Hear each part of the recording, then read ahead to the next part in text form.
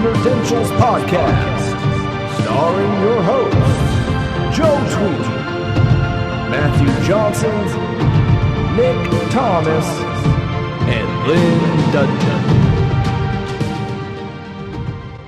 You know, guys, you're not aware of this, but I've been compiling slowly over the last 3 weeks actual priceless outtakes that have not made it into the episodes.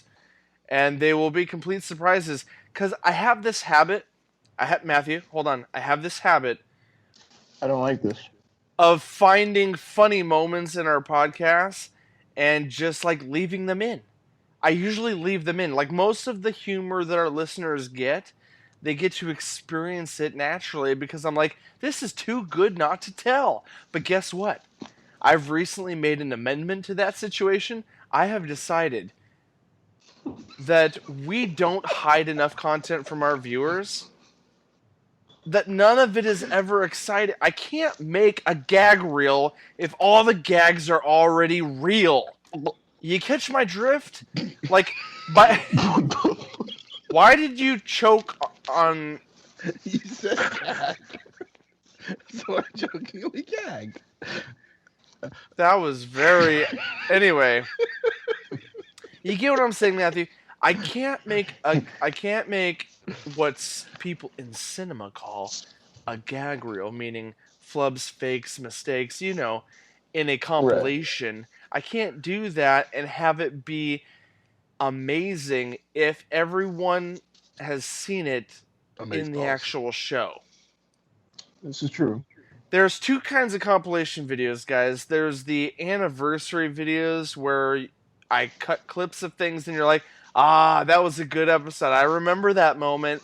And then there's the gag reel. Oh shit, uncut footage we've never seen. Stop choking on the gag reel. Guys, this episode hasn't even started yet, and I am already feeling very saucy. I'm excited to see where this goes. Okay. Where's that salami? He doesn't like the salami. You know what? Guys, oh my god, you know what? It's a good thing we're not making a multi-episode situation today. You know why? Because this is episode 50? Because this is episode 50! Yeah! 50! Don't worry, guys, you're not being arrested. That was a bad pun. Well, if it was that bad and you're drunk and you thought it was that bad, I guess I'll cut it. It wasn't that bad. Keep it. All right. You know what? We'll see. All right. Now, just when that happens, you got to throw in the little sound, the whoop whoop. I'll try to find one. Okay. Put little red and blue lights popping up. Ladies and gentlemen, I have never opened up a show that way. What the is wrong with me? Here we go. Ladies and gentlemen, nerds and nerdettes around the world. Nicholas, you had your time. Yes, it was back in episode 46 or 47. I don't remember what episode you opened, but it was recent. It was 44. Oh, there you go. Solid. You remembered because it meant something to you. Yeah, it's the only time I was ever able to open. I respect that. Well, not tonight. Not on my watch. Next not week. Tonight. Nick. Lynn said gag reel. Cool. Go see how many times you can do that. Welcome to Nerdentials, your weekly dose of the nerdy essentials, covering film, TV, video games, and comic books. I'm your host, Joe Tweeden. I am your host, Matt Johnson. And I am your host, Nick Thomas. And I'm your host, Lynn Dudgeon. Guys, we've all introduced ourselves. Here we are. This is episode 50. Typically, the episode mark for weekly podcasts that hit the 1 year mark, we're different. We're more of the every other week. We were the every other week podcast, which has led us to our second year of life. But we still wanted to just make a quick side note that episode 50 has arrived. So guys, cheers on episode 50. Tip your glasses, cups, beverages, or bottles, whatever you have in your hand. And or cheer if you're done drinking for the night. Oh, there it is. My red-headed ginger. Alright guys. Well, let's kick things off right quick. This is going to be a variety episode. I know we announced that we were going to go multi-episodes per week. And I also want to throw out a quick apology to last week. Family activities and holidays got a little chaotic for us, so we took a week off. Sorry we didn't put that in any notifications anywhere. But you guys still got some gaming videos and some movie trailer reactions this week. So, you know... Actually, I felt there was a tragic twister accident. I still can't walk straight. Well, while Matthew is trying to reciprocate an AA meeting excuse and Nick is trying to go full-blown Smallville drama, I don't know where Smallville? I meant the game twister. Either way, I don't know where that leaves Lynn, but he's gonna. In a minute, Nick. All right. He was playing Twister with me. Oh well. In a minute, naked. Oh. Played. Okay. Well, you know, I understand. My last episode, I broke the PG-13 mold. Let's rein it in just a little bit.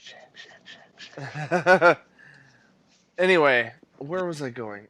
God, you guys lost me for. The reason we lacked an episode last week. Anyway, a lot of personal problems, a lot of crazy issues came up, but we kept putting out other things, and that's just why I wanted to shamelessly plug our YouTube channel, guys. If you're listening on Apple Music, the podcast section of iTunes. Or Google Play. If you're listening in audio form only, guys, we've got a video version of ourselves if you're willing to take the risk. You don't want to see us. Trust me. Matthew, I'd like to at least give him I'd like to give him the opportunity, guys. Come on. I would hate for them to miss out on this. Well, Nick is not vain on any level. You're so vain. Anyway. Oh wait, I probably shouldn't sing that. Never mind. All I was gonna say, guys, is that go to demonetized. Matthew. What? Can I plug our information for half a second? Oh, sorry. You can't handle the information. Well, I think some of our viewers can, Nick, and that information is this. Guys, if you'd like to see the video versions of this podcast or any of the other additional nerdy content such as movie trailer reactions, let's play videos, or if you want to catch up on our 25 days of Game Pass, Christmas themed indeed, go to Nerdentials on YouTube. Go to youtube.com/c/Nerdentials, or just click on the links down below in the show notes. We include those every week. You guys can follow us across all social media, Twitter, Facebook, or Instagram, and everything under the sun that we do is found at one location, nerdentialsmedia.com. Oh, snap. I've got 3 .com guys this week. Last week, Matthew, they left me hanging, and I was like, hey, where's my .com guy? Then they chimed in. Now you're here, and they all chime, and all of you chime in. There's no RIP here. We are not affiliated with Yahoo. That's what makes something broke. I just wanted to make that perfectly clear before we move forward. No worries, man. All right, guys. Now that we've kicked things off in true, proper order, let's get into the weekly dose.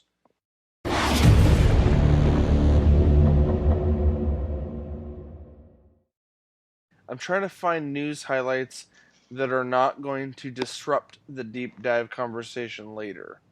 That being said, I could throw something out there. that's not in the notes. That is not in the notes. Matthew, you are throwing your lead guy here for a loop.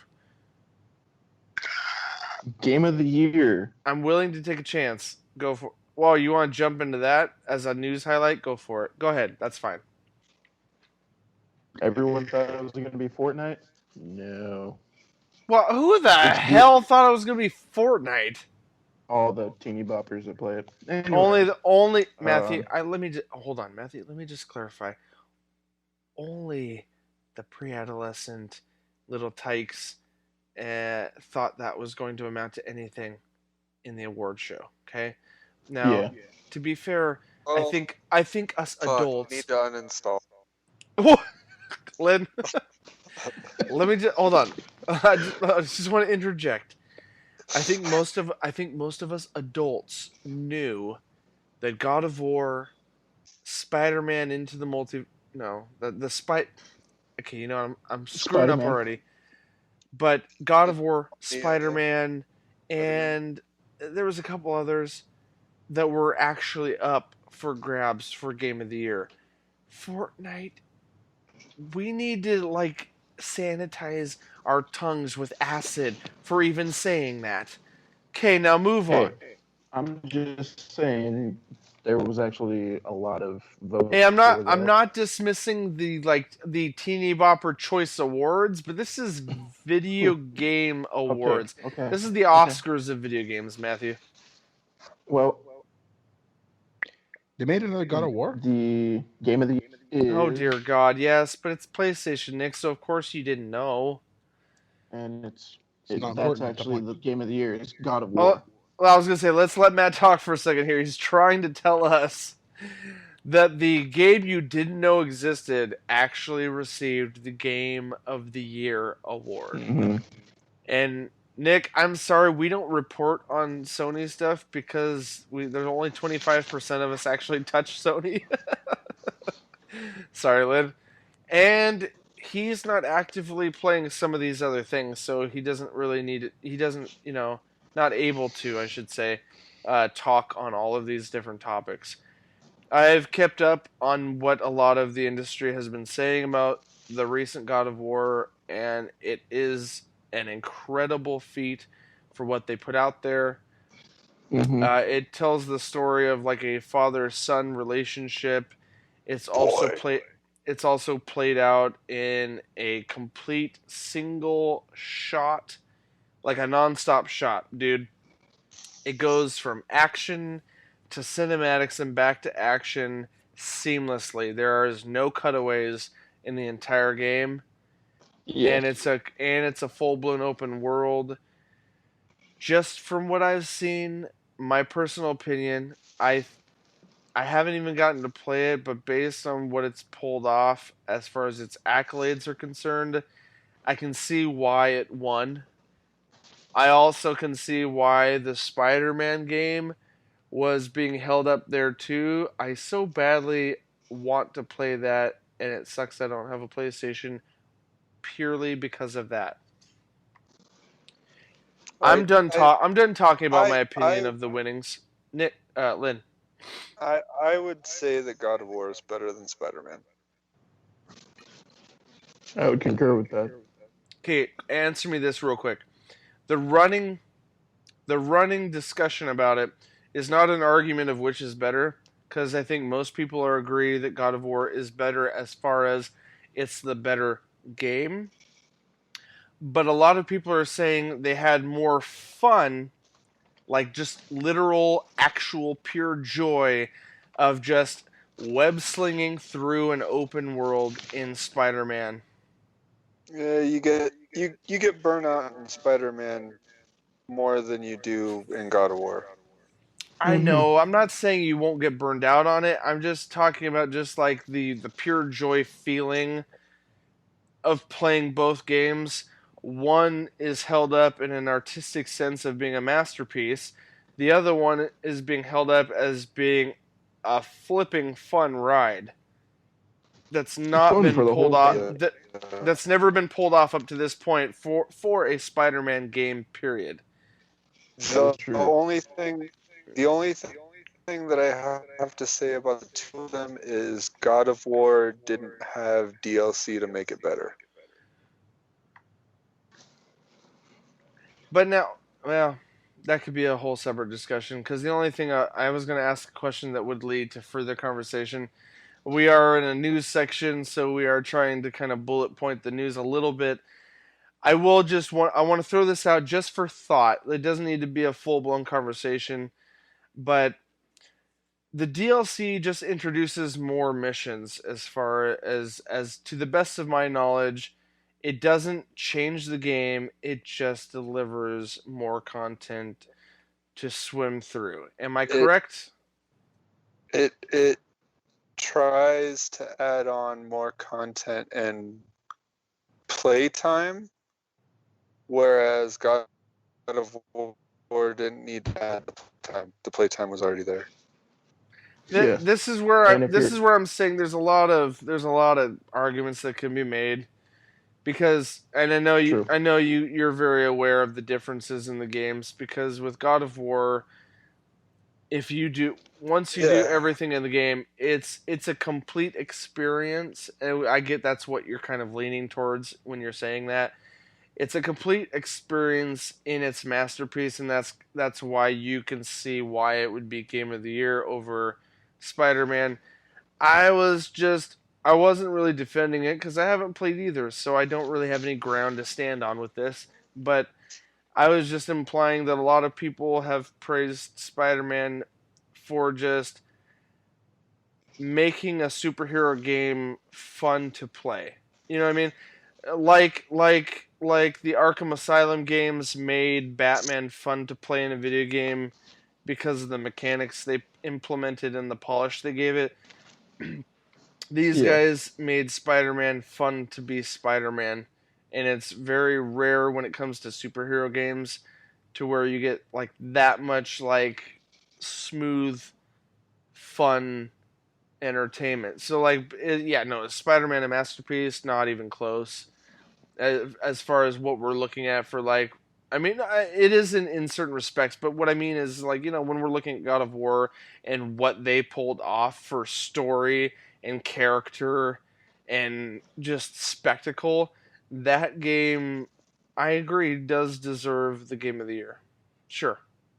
And I wasn't surprised when it won, actually, If I'm not mistaken, every year that they came out with a God of War, I believe they actually won Game of the Year too, as well. If I'm not mistaken. Well, I can't confirm it, but I think it's the majority of them have gotten it.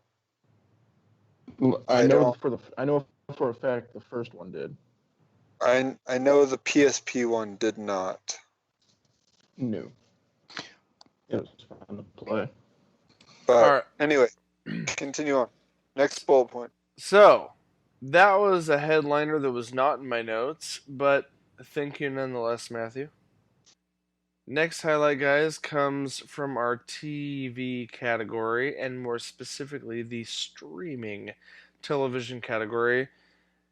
Guys, Netflix has yet again cut another cord on the Marvel TV world that they have, that one could argue bolstered their service a little bit 4 to 5 years ago. Daredevil is canceled after 3 seasons, and might I add, a comeback. A lot of fans might argue after season 2, dipping a little in what a lot of fans of season 1 consider. Season 1 was incredible.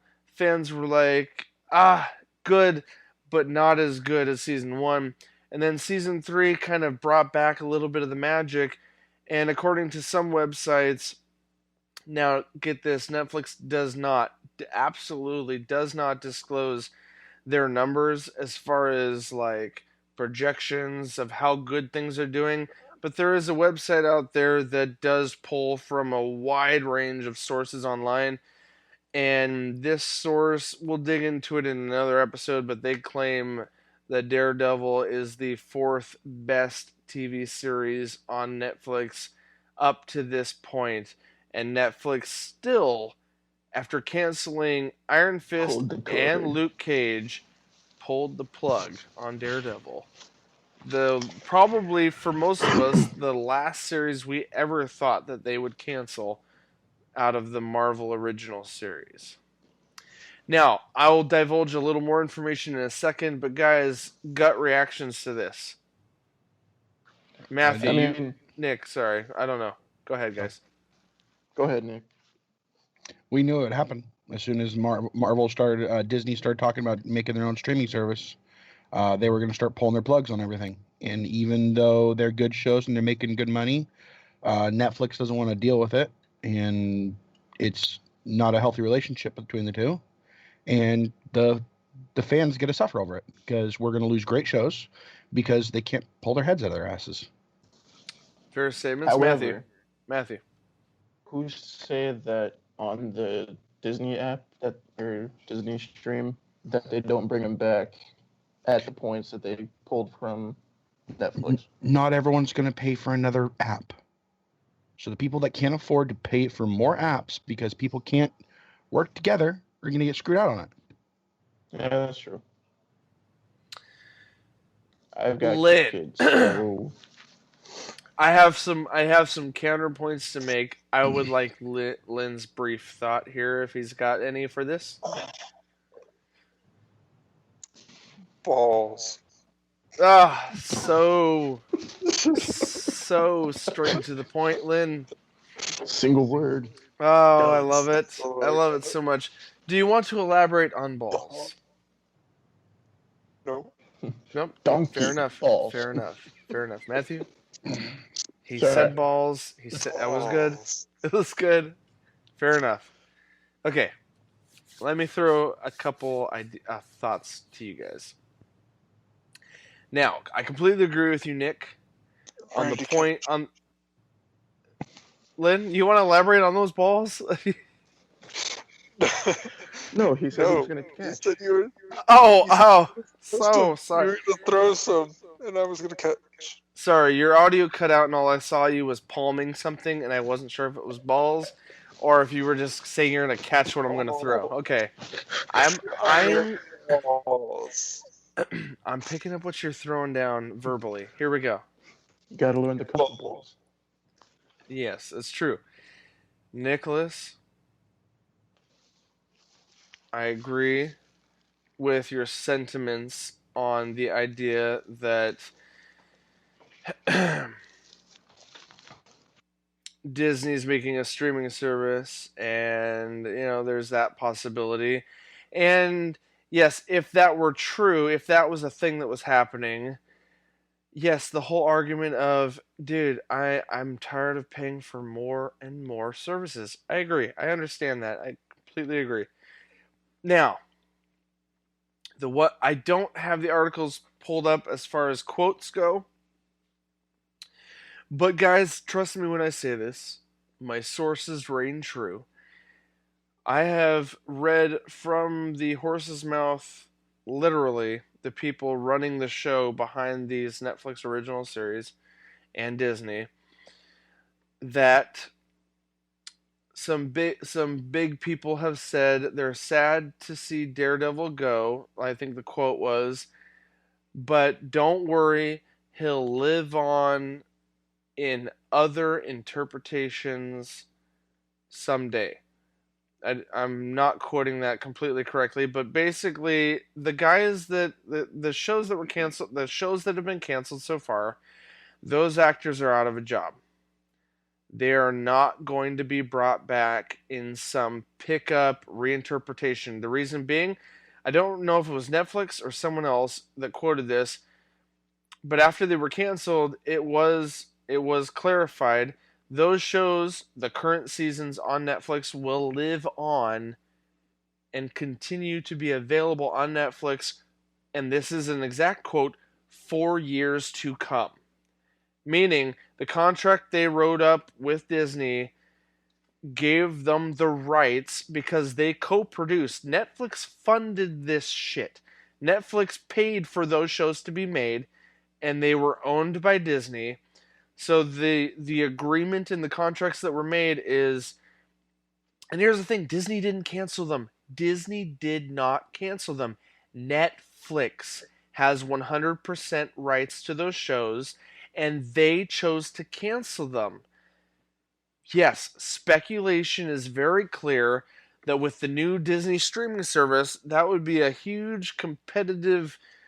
There'd be a competitive awkwardness between the two streaming services when Netflix is trying to bolster their content by spending $8 billion last year in original content, and Disney trying to pull all their shit out and make their own streaming service for $9.99 a month.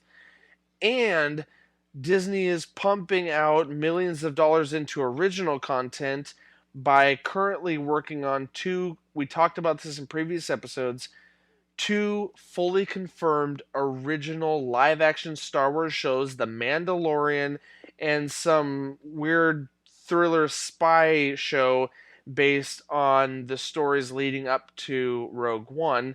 And we have two confirmed Marvel live action shows, Loki starring Tom Hiddleston and Vision and the Scarlet Witch, which has been officially announced as the official title, starring Elizabeth Olsen and Paul Bettany, the actual actors from the MCU.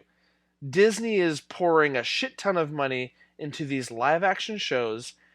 They have no intentions of picking up these Netflix original shows because they already had a prior deal with Netflix. So for now, Netflix is pulling the plug on these shows, and Disney has no intention of picking it up where they left off. The reason being, Disney doesn't want partial seasons on their streaming service. That would give cadence to promoting Netflix. Be like, oh yeah, let's pick up season 4 of Daredevil on Disney Plus. Disney won't do that, wouldn't do that. Why would they do that? Because that means, oh, by the way, if you want to watch the first 3 seasons, go over to Netflix, watch those, then pick up on season 4 where we left off. Disney's not going to do that. The shows were canceled by Netflix. They have the properties again. They can choose to make new shows in the future, but for right now, they're not going to, because they're pouring a crap load of money into huge movie quality miniseries currently for their streaming service. And Netflix is just like, we want to separate ourselves from Disney because Disney is now becoming competition to our streaming. That's the knowledge I've learned, the articles I've read. I don't have specific quotes, but that's the state of the two companies.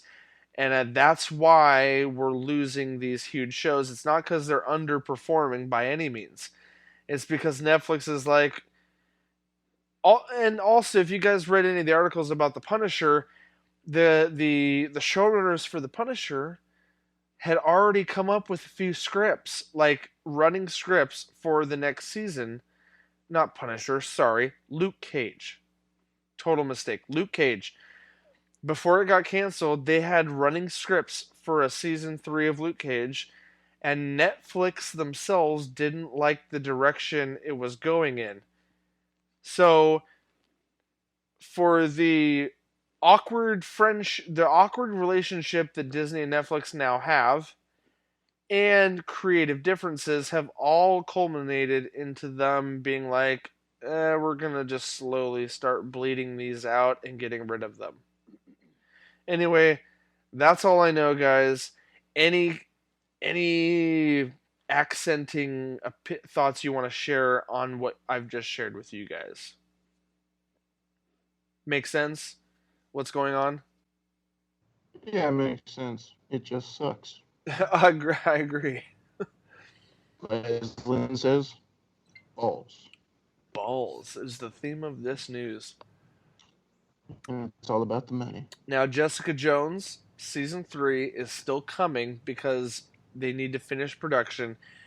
And a lot of people were wondering, why don't they just announce that they're canceled already? It's because Netflix isn't stupid. When you announce something is canceled, are you going to give two shits about investing in that show anymore? Nope. Yeah, exactly. I got 5 episodes into Daredevil, then I found out it's canceled, and I quit watching it.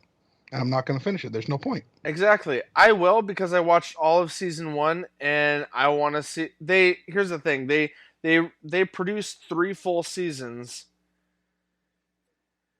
but to your point, Nick, I understand, like, when a normal network show cancels, it's disheartening because most of the time they don't create a conclusion. The writers don't conclude the show because it gets pulled out from under them. Most of the time, shows get pulled out from under the writer's rug, so to speak, in that the writers don't get to make a conclusion.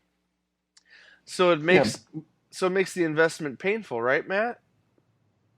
I was gonna say Luke Cage ended on a cliffhanger. Yeah. As it. So they're gonna end Jessica Jones with an ending. Well, here's the thing. That kind of makes me mad. We don't know because the seasons haven't released, so there's a small, not likely, but there's a small chance that the Punisher and Jessica Jones had enough time to realize this is probably going to happen, that hopefully they kind of create something of an actual, like, solid conclusion, right? So there's a little bit of hope for those shows, for the people that have already watched them up to this point. There's a little hope that there's a conclusion there. Daredevil, yeah, I mean, it concluded, but I heard, and let's not spoil it right now because not everyone's watched it yet. I'm still probably going to go see season 3, but I heard that there's a mild uncertainty that could have led into another season. Like, it's not a closed book, right, Matthew? You've seen it, right? Yeah. So without spoiling it, it's not completely closed. Let me put it this way. It kind of reminds me of what they did with Prison Break, sort of at the end. I know what you're saying. I'm a little foggy on the feelings I had. I know how it ended. Let me ask you this. If someone's watched the first 2 seasons of Daredevil and they're holding off and maybe even hesitant to try season 3, do you feel like you would still recommend it with the warning that there's no more seasons after? I would watch it until the end. You still think the journey of season 3 is worth it, even though it's been a canceled show? Yes. Is it more worth it than the god-awful cliffhanger of Kyle XY? It is better than that. What I meant was it's less painful. Less painful than John Doe canceling. Less painful than Kyle XY canceling. Less painful than... Yes. Never mind. There's a number of shows. Here's the thing, though. If you think about it, though, the reason why I'm upset about it is they didn't plan on canceling it by the time they ended up writing this series. They had already started writing season 4. So they may have planned for that, so that happened in the show. So now we're not going to see the culmination of what they had planned because someone pulled the rug out from underneath their feet. Yeah. So why the hell would I dedicate time to it that they wouldn't be able to dedicate themselves? I would say that the last 3 episodes give you somewhat closure as far as Nick or Matthew, how about this? Does it end like a movie that all the major points are like successfully concluded, but it left just enough air through to make to make fans be like, ooh, there could be, I wonder what's going to happen next. Yes.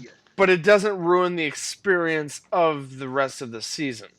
In other words, like everything that happens in season 3 finds itself a conclusion, and then they usher in a little bit of there's more. Yeah. Right? Now, for me, yeah. maybe Nick can't handle that. But to me, if there's at least a beginning, middle, and end to a season, and then they just add in a little bit of, hey, guess what? Hang on, there's more. I'm okay if the majority of the drama and situations were resolved, but then they added in a little bit of cliffhanger to draw you into another season. Whereas Kyle XY, full blown, was just cut straight in the middle and was like, you're never gonna know.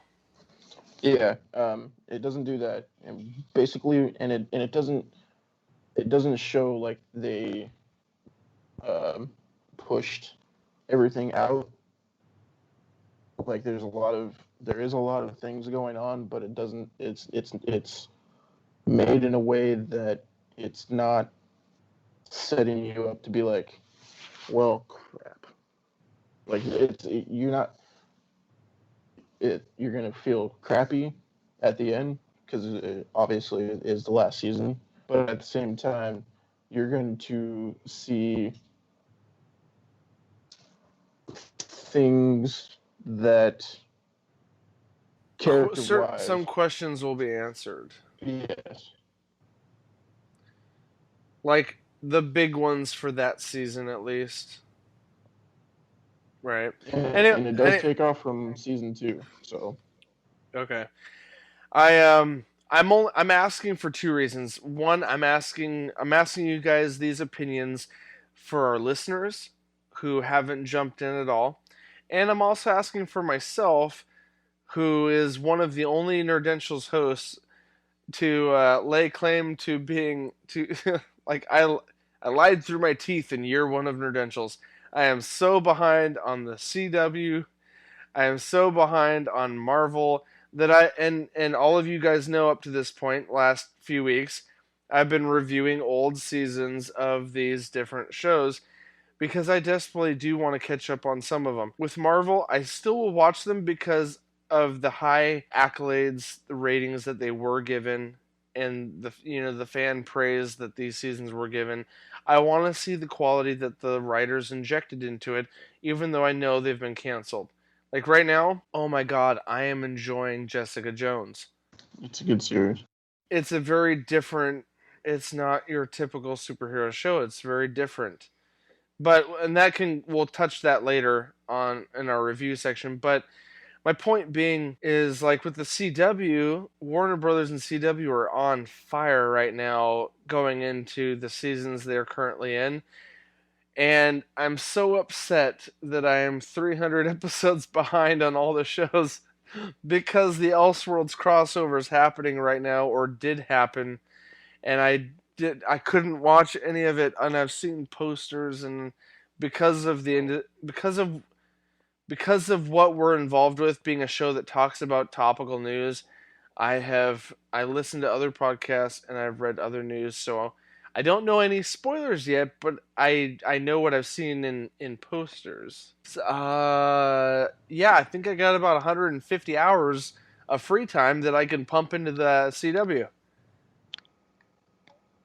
I mean, you could download them to your phone so you can watch them 24/7. No, that's not that. You just Yeah, I could. I'm not going to be able to pay attention half the time because I have a family and a full-time job. They can be put on hold. I wish it was that easy, Matthew. But what I'm saying is, Nick, you said something. You said something that I had to pause on. Nick, what did you say? You were about to say something or said something to me. I said, then stop watching other podcasts and stuff and get caught up. Okay, now I have to stop you there for only half a second.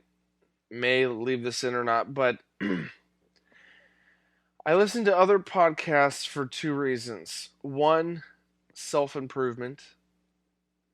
because imitating greatness is one of the best ways to improve yourself. And I listen to it for the information when I'm working a monotonous job for 10 hours a night that doesn't require any intellect above that of a household mouse.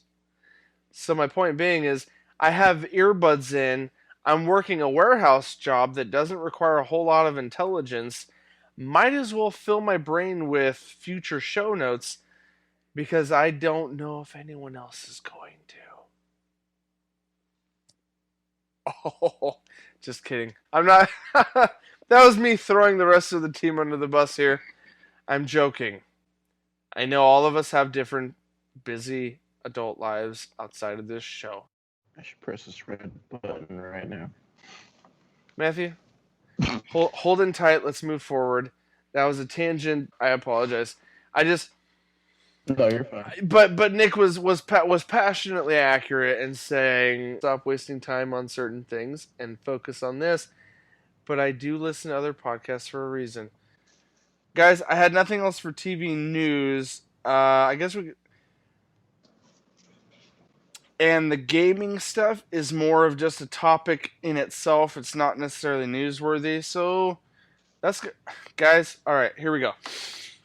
Guys, that's going to do it for the weekly dose. Let's dive into, let's see, first topic, movie matters.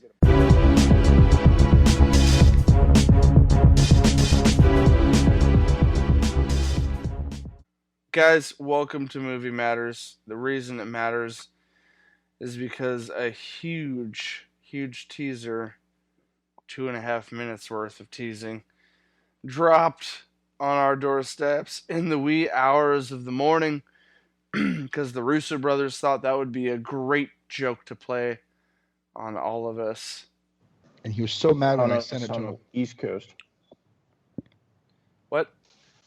And Joe on was the so West mad when I Coast. sent it to him this morning. It's 8 in the morning, but they're not stupid. They know how early that is in California, and that's where Hollywood is. So they know when this shit lands. Yeah. Now, I guess I'll do you guys the justice of putting a timestamp in our notes so that if you feel like you want to go in blind and you don't want to hear any of our discussion about this trailer, you can go ahead and skip it. So that being said, I'm going to issue for the first time in a long time our spoiler warning. Warning. Spoiler alert. Warning. Spoiler alert. You have been warned.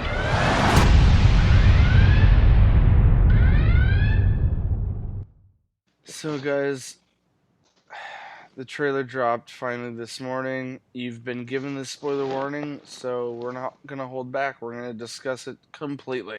The Avengers 4 Endgame trailer dropped earlier this morning, and we're going to run through the sequences that happened, and then we're going to kind of give our general thoughts on what we think may or may not happen based on what we've seen. So, starting right off the back, we see Tony Stark in, what was the ship, Nick? Benatar. The Benatar. That was after the Milano was decommissioned with the Guardians of the Galaxy. Some reason he's adrift in space, and he begins to record a message to Pepper Potts explaining that he's been out of food and water for 3 days or so, and that tomorrow his oxygen will run out. But then he ends it with a somber note of saying, "When I fade away," or whatever, "I'll be dreaming of you," he says. And then at that point, he stops the message. It recorded on his busted helmet that looks charred from the not too recently battle that he had with Thanos. And a quick introduction I want to throw in here. We thought there was this theory that this would take place several years, like maybe because in some of the footage we saw Tony with some gray hair, and we thought, okay, maybe this picks up in the future. But from what we can tell based on these opening scenes is that this is just literally possibly a few days after the events of the snap. So, moving forward in the trailer, the very next scene is the Marvel Studios logo that pops up. And we just see it start, as the music starts getting heavy and weighty, we see it start disintegrating into dust like our great heroes in the previous film did. And as soon as that happened, I was like, no. Like, I'm like, it was like one of those, too soon. It's like, it's not a joke, but it's just a reference, you know? And, And then go ahead, Nick. As I say, and then from there it cuts into The field with Thanos. Yeah, it cuts to the field, and as it's showing that, you hear Black Widow start speaking. Okay. That's when she started speaking on it. So she starts speaking, saying, "Hey, he did what he said he was going to do, and half the population of the universe is gone." But in the field, Thanos' armor. Yeah, it's strung up like a scarecrow, and that's pulled straight out of the comics. Yeah, the Infinity War comic book miniseries. Mm-hmm. And then he's just kind of, and we see Thanos walking through the field, and he's still got the gauntlet on his hand, and it still looks like it's charred after he did the snap. Like the gauntlet was never meant to do that much in the universe at one time with all those stones combined, and so whatever happened, all that energy was possibly too much, and it looks like it charred and broke the gauntlet at the end of Infinity War. And here we see Thanos walking around with it still on. So either it infused to his hand, or he's unwilling to let go of it, as this whole kind of psychological, it's a power thing, even if the gauntlet's not usable. Well, something to go along with that, I don't know if people really understand Thanos. In the comic books, his biggest downfall, he gets to the point where he wins everything, and then he starts doubting himself, and he reverses it in the comic books. So I don't know if they're going to go that route. They're showing some second thoughts here to make people guess that and think that. Possible angle, yeah. Let's see. Then, after the field shot, we see kind of as Black Widow and Captain America are sitting there together. We see an overshot of the facility where the Avengers were. That's very empty and very desolate. We see the hangar bay, the Avengers hangar bay, and there's no one in sight. It's like none of the employees are working there. It just kind of showing us that continued mood of half the world is gone. And then then it pans over to Bruce Banner standing in front of these holographic displays of images of heroes that are missing after the snap. We got Shuri from Wakanda, and then we see Scott Lang, Ant-Man, labeled as missing, and then the Shuri image briefly switches over to Peter Parker. And so those are the three characters in that moment that we see are missing, and our heroes know what that means, the weight of it. And at this point, Steve Rogers starts speaking. Right before that, it cut to the scene where you see just the tear rolling down his face, and he starts speaking. You hear his voice overlapping. And he quite literally broken says, "We lost. All of us." And after that scene, it cuts to Thor sitting there, just looking completely heartbroken in plain human clothing. I know you're probably leading to a scene that we're about to talk about, but it's kind of back and forth because as Steve is talking, we see a cut to this kind of Asian-looking street. We'll get to that. No, that's the very next scene before we see Thor even. I'm watching the trailer right now. I'm going blow to blow. As it goes from the hangar bay where Black Widow Banner's looking at the missing people, and then as Captain America is still talking, while he's still talking back and forth with Black Widow, it cuts down to an Asian street where we see a mysterious figure wiping a blade off between his arms with his back turned away from Black Widow. Here, hold on, give me half a second. In that moment, Black Widow's looking at him all stunned, like, who is this? And he rips off the cowl or whatever is covering the top of his head. It's pouring rain. And he looks back, and it's freaking...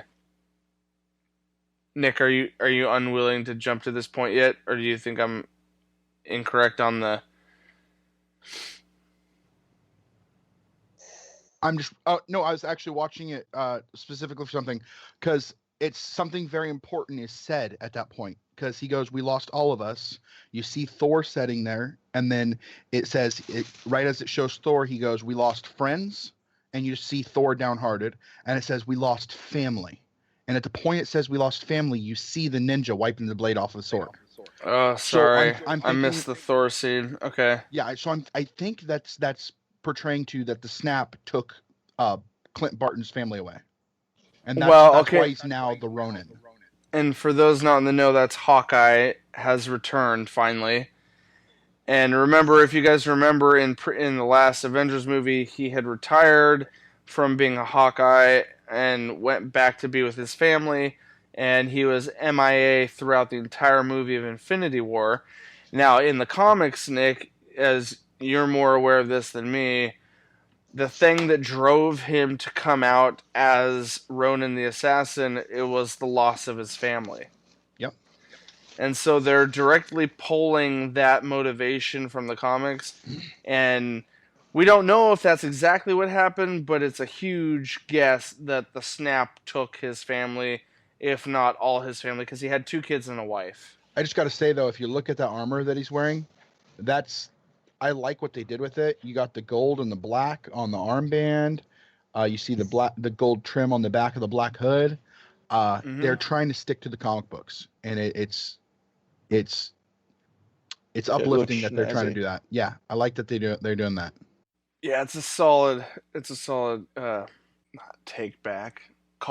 But callback. When he looks back, his eyes just look sunken. He's a broken man, and he's out for nothing but vengeance. Yeah. And then after this little encounter, Matthew, I see your fingers on the keyboard. Sure. After that, it cuts to Steve and Black Widow in the cockpit of the ship that they're in. Quinjet.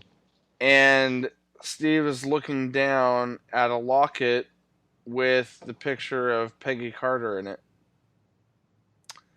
Mm-hmm. And then he closes it shut, and she's telling him this'll work, right? Yeah, he says, this is the fight of our life, and she says, this is going to work. Yeah. And then he says and then it has to. Yeah, he's like, I know it is. I don't know what I'm gonna do if it doesn't. Right? Yep. He's definitely darker than we're used to.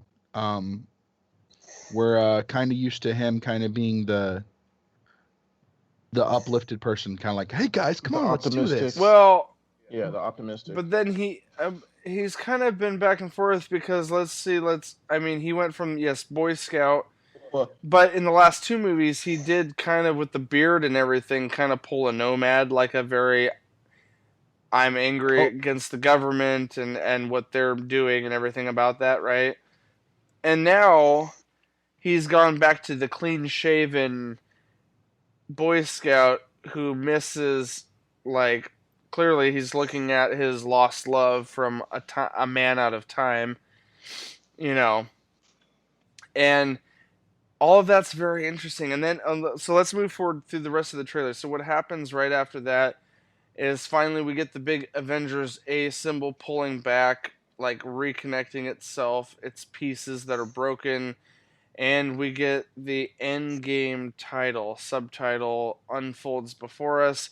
Boom, Avengers Endgame title is revealed, and then as the screen goes dark, classic Marvel steps in with its humor, and we get a hey, it's me, Scott Lang. You know, Ant-Man.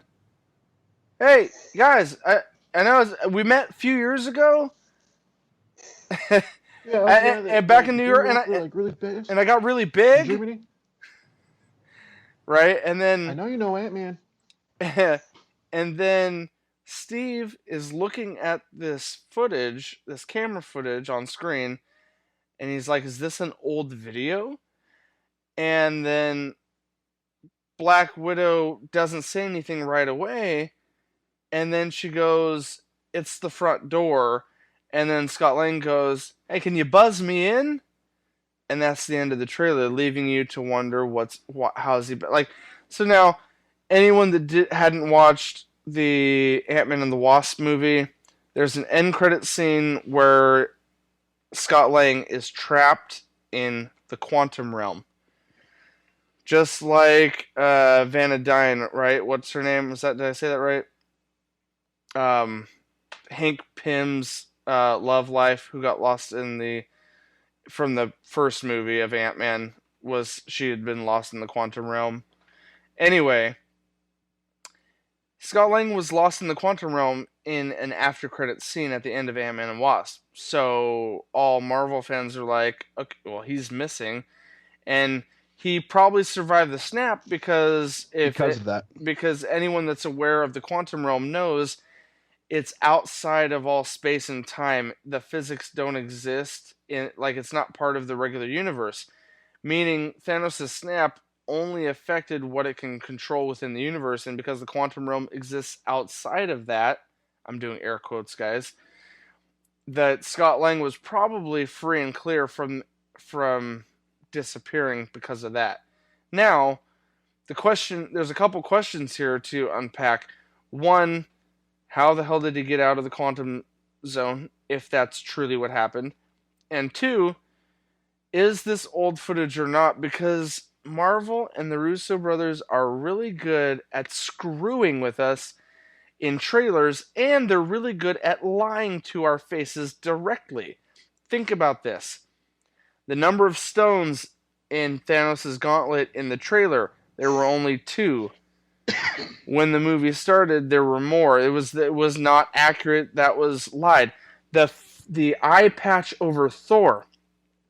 If you watch early teasers of Infinity War before Thor Ragnarok came out, there was no eye patch. He had both eyes in the trailer. They CG'd the eye patch or whatever. They filmed it both ways. So when the movie finally came out, oh wow, he lost his eye in Thor Ragnarok. That's why he has an eye patch now. But they lied about it then. Now, the reason I bring these two things up is there's an Easter egg, not Easter egg. There's been a little detail pointed out to me about that scene with Scott Lang. When you look at the footage that Steve is looking at, and he says, "Is this an old video?" The reason that throws us off is because if you look very closely at the top corner of the screen of that video, the word archive is written above that video. It says archive. It doesn't say security cam. It doesn't say cam 1. It doesn't say video 3. It doesn't have the usual generic captions that would describe the video. It says archive. So it's not a guaranteed reasoning, but a lot of fans out there are taking that scene apart and saying, is this old footage? Is he really there right there? And I know it throws us off because at the end, Scarlet Witch Black Widow doesn't answer right away. When Steve says, "Is this old footage?" she doesn't answer him right away, and that's clever cutting of the, who knows, of the footage. She doesn't answer, and then in the video, Scott Lang says, "You want to buzz me in?" So is this old footage, or is this happening right now in real time, and somehow Scotland got out of the quantum realm? It's just a really small detail. It might be meaningless. It says archive in the top corner of that video, of that footage of him standing outside. It's very fuzzy in the trailer, but if you pause it and look carefully, you'll see it says archive. So it just kind of makes fans wonder. You're like, oh, because of the whole time travel thing in the quantum realm, there's a small indication like, okay, so what is their game plan? Anyway, that's all I have to say about it. There's a lot of theories that can come out of this, a lot of conversation that is happening online. I see it. It actually does say archive. Oh, yeah, it does. Okay. It's fuzzy, but I if had you to look bring at it it up. carefully, it's not in all the scenes with him talking. It's just in the very first scene where you see the screen that he's on, right there, the holographic image when it's the furthest panned out, and he's waving for the very first time. Hey, do any of you have your Discord up? Yeah. Okay, here's the photo. I'm sending it over Discord so you guys can look at the zoomed in version. And it's very easily, you can see it says archive. But what's the rest of it? Can't.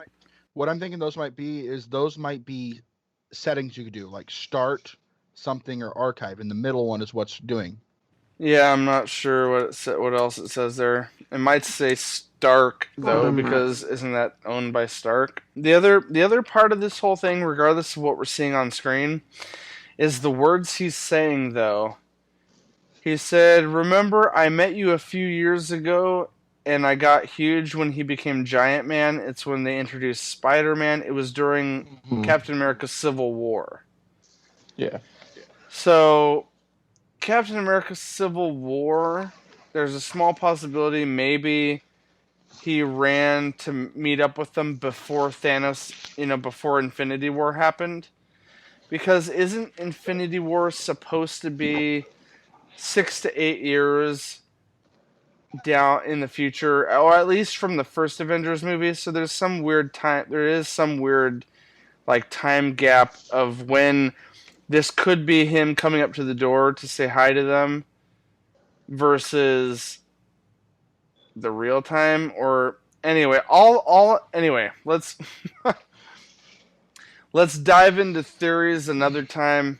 We've already spent a lot of time trying to figure out what this all is.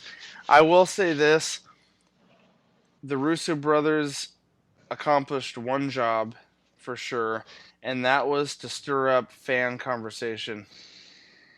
To hype the train to maximum speed. That's what they did with this trailer.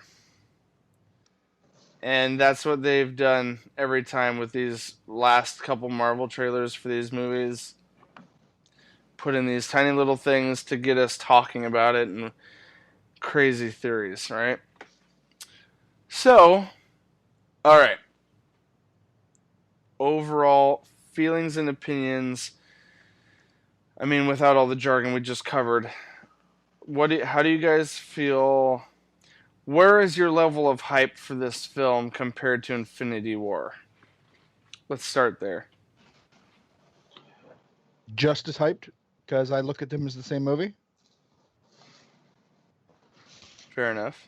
Yeah. I'm going to agree with that. I think I might be a little bit more hyped for this movie, just for the simple fact of I want to know some answers, kind of a thing. Right. And to see where exactly they go with the storyline. Like, does it go back in time because there was pictures of them in their old garments that leaked? Battle of New York, Avengers 1. Mm-hmm. And then is Captain Marvel going to be the one that kills Thanos? Kind of a thing, like. Or is Captain Marvel going to be the one to rescue Tony, who's adrift in space? Yeah, like there's a lot of. There's actually Nick might be more aware of this than me, but there is a comic. There is a storyline within the Iron Man comics where Tony actually created a female suit that was meant purely for defensive purposes for Pepper Potts. So there's a small running fan theory out there that maybe Pepper Potts stumbles across this suit that Tony designed just for her and goes out and does a quick rescue mission. It's a possibility, but it's probably less likely than, for instance, Captain Marvel, who's supposed to be the big cameo. I mean, the big new player in the field. You know, The suit in question he is talking about, people, is Rescue. yes, I knew it was simple and on the tongue. So, I mean, what do you guys think about that between those two possibilities? Which do you think is more likely? Pepper Potts quickly rescuing him early in the movie, or is this going to be Captain Marvel's opportunity to make her first appearance?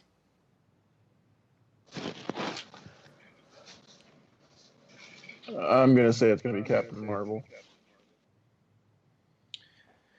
I'm more inclined to see that she. I personally think it's going to be Nebula. Oh, She went to go check on something, and she's going to probably because in the preview in the trailer, I actually saw it in the trailer. You see Nebula reaching for a body, so she went to Vormir. And now that she got the closure there, I think she was reaching for Gamora. oh yeah. It's a very quick, brief part in the trailer. But after she got that closure, she comes back and gets Tony. Yeah, that Nebula scene was super brief compared to the rest of everything. Yeah.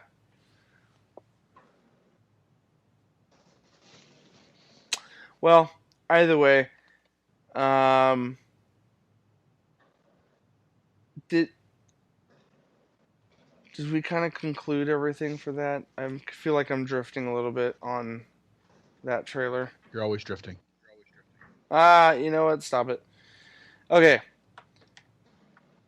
Other quick side note: another trailer that dropped just not too long ago, and it correlates with this one.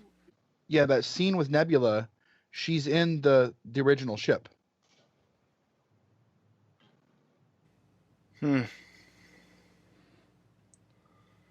So The spot where Bruce Banner is looking at people missing. One of the chicks from Wakanda. Wakanda was on there. Yeah, we talked about that It earlier. was Shuri. yeah. I didn't see that. I mentioned it though. I said it went. Shuri was there first. That's my bad. Oh no, you're fine. Shuri was there first, and then it switched over to Peter Parker. Yeah. I'm noticing Scott someone Williams that's always not there. there. Where's Raccoon? Well, he didn't disappear, so there's a. That's why I'm asking. Where's I Raccoon? know. This was a trailer, teaser. Teaser. Even though it was a 2.5-minute teaser, because Hollywood has no concept of what teasers are anymore. Although I think it still did tease it with not. I don't feel like too much. So what I was trying to get at you guys before we concluded this segment was how hyped are you? You guys both said decently hyped, similarly to the previous movie. I would say right now I'm gonna kind of chime in on the same wavelength here and say that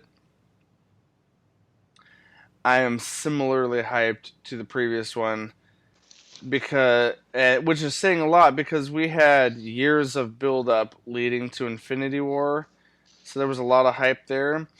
This is equal in hype currently because we already know the circumstances and consequences.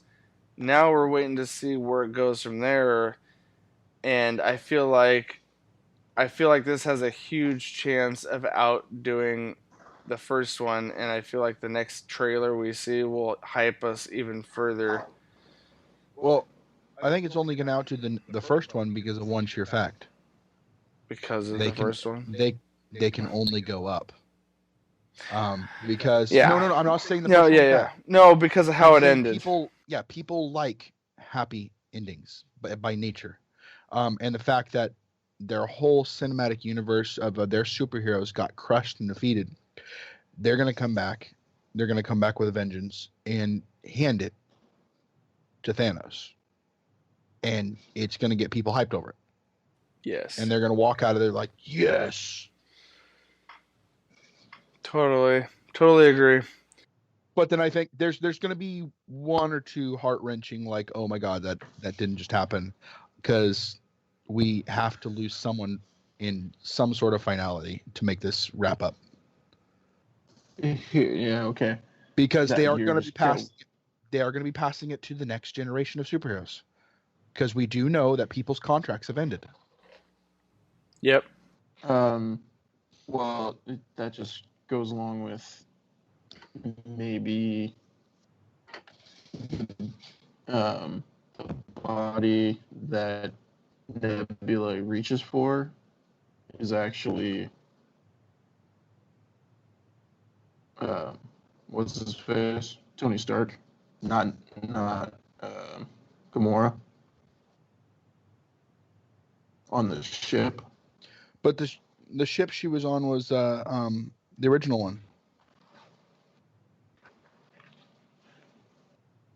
I'm just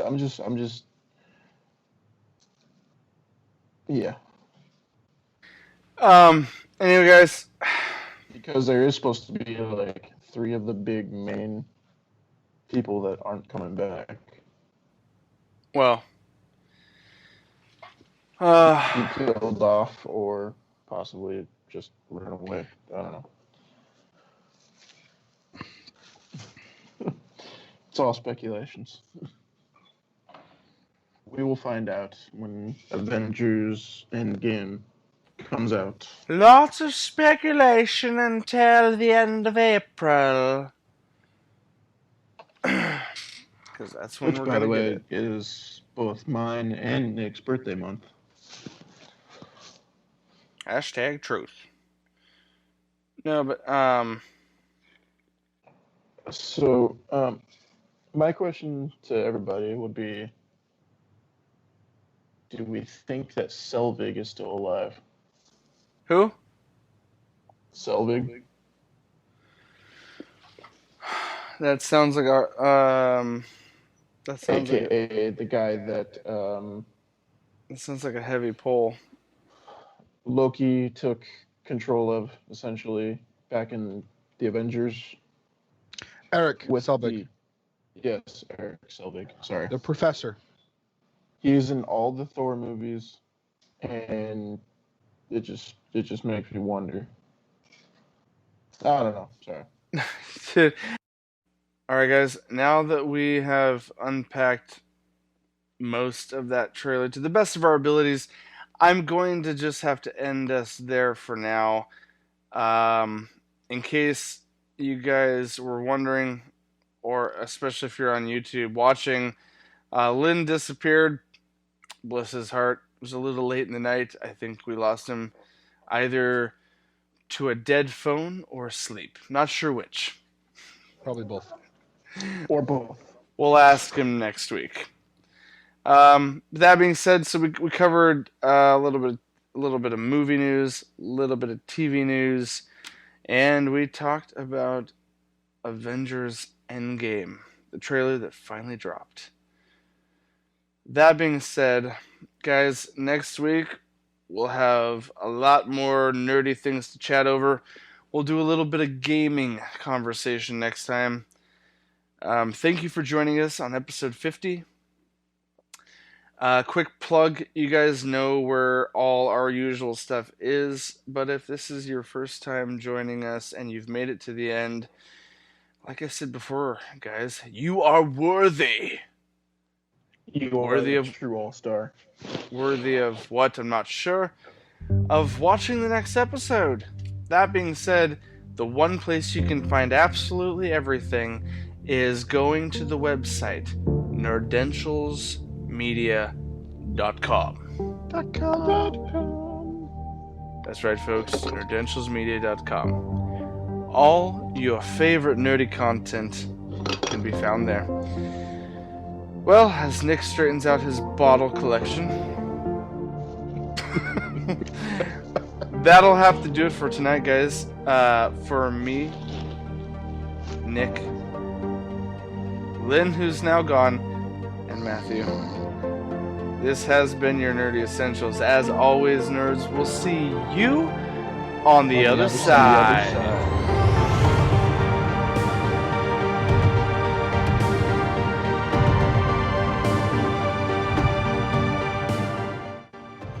And you know what I decided to do from now on, guys? I'm not going to slow down my dialogue. I'm not going to do a crazy count.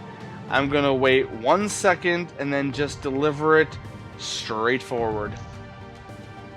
What do you think? Just do it. No, that's Nike.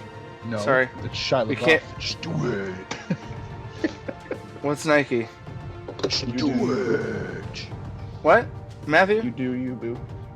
No, what's Nike's slogan? Just do it.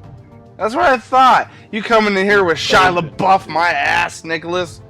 The f*** Well, I are you talking Shia about? LaBeouf